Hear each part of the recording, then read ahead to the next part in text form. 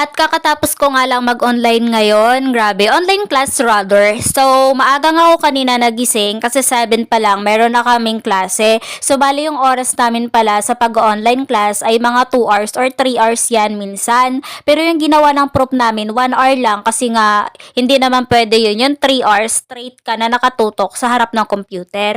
So, pagkatapos nga pala ng online class namin, so, bumili muna ako nitong alogbate kasi nga magluluto tayo ngayon ng alogbate with sardines. Kasi parang namimiss ko yung lutong probinsya kasi alam nyo naman dito kasi talaga sa Luzon, parang more on mga baboy-baboy, tapos mga ganyan. Tapos yung alam nila pagdating sa mga gulay ay parang pakbit lang, something ganon. Eh syempre ako, laking bundok tayo at laking kagubatan tayo. Kung ano-ano lang yung nasa paligid natin, sapat na yun na ulamin. Kaya ayun nga yung naisipan ko na lutuin. Kasi yung totoo kasi talaga dun wala naman talaga kasi akong alam lutuin. Kundi yan lang.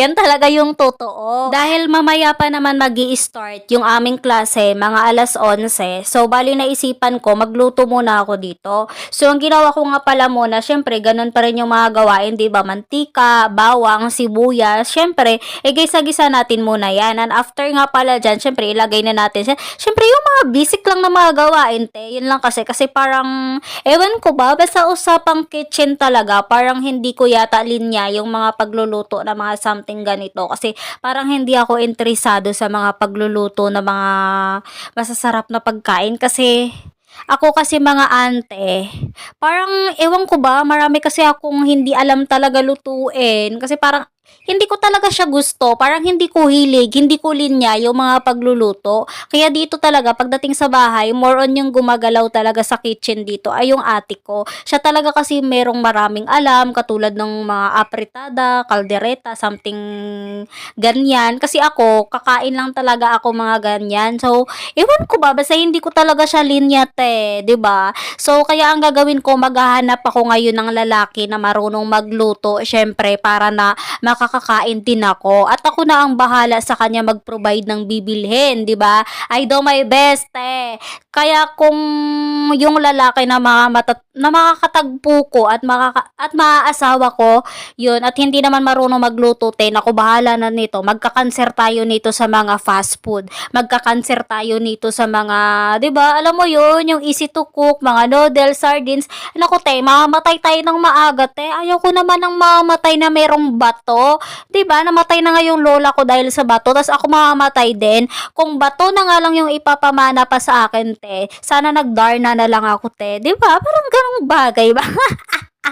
Mamamatay ka sa bato. Ano kasi, Darna? Nagluto ka ng bato, So, for now, ito na lang talaga muna yung mga lulutuin ko. Yung mga ganun-ganun lang, mga basic lang. Kasi nga, iniisip ko, pagkatapos ko pala nito, alas 11, meron akong pasok. So, pagkatapos ko pala nito magluto, 'di ba? So, meron pang oras, kakain muna ako. Kasi yung pasok namin, 11 to 1 or 11 to 12. Kasi bago kasi yung schedule namin ngayong second semester. So, parang hindi ko pagamay yung oras at yung mga schedule namin. So, pero kailangan i-memorize yan. Kasi, alam mo yun, estudyante ka, obligasyon yan ng mind mo na malaman talaga kung ano yung schedule yun. Pero sa ngayon, dahil nga online class, bihira lang kasi talaga kami nag-online class. Bali nga ngayong mga Semana Santa na to, ay Semana Santa ba? Tama? So, iwan ko, basta ngayong holiday or Holy Week, ay nag-decide yung aming school na mag-online class dahil nga pag hindi ka talaga mag-online class, marami yung mga may heat stroke,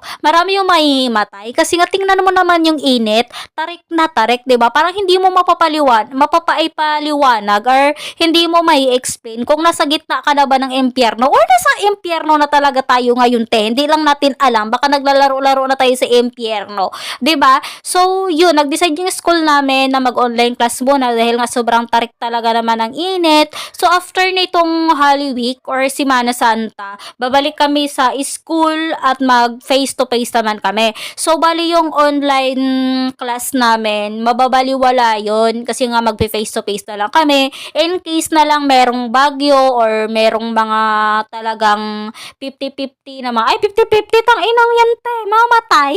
Kumbaga yung mga naputukan na bulkan, tapos in case na gawin at mag-decide na mag-online class. So, meron na kaming link na doon na hindi na kami mag-rush pa. Kasi, ganun kasi, kailangan organize.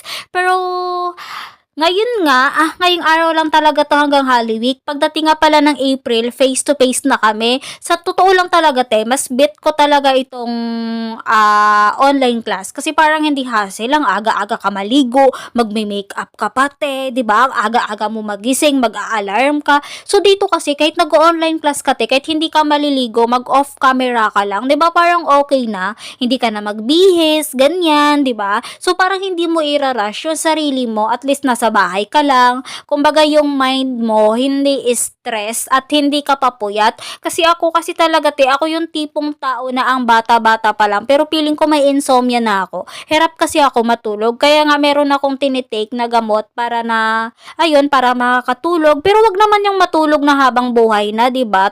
Condolence. Ay, bye.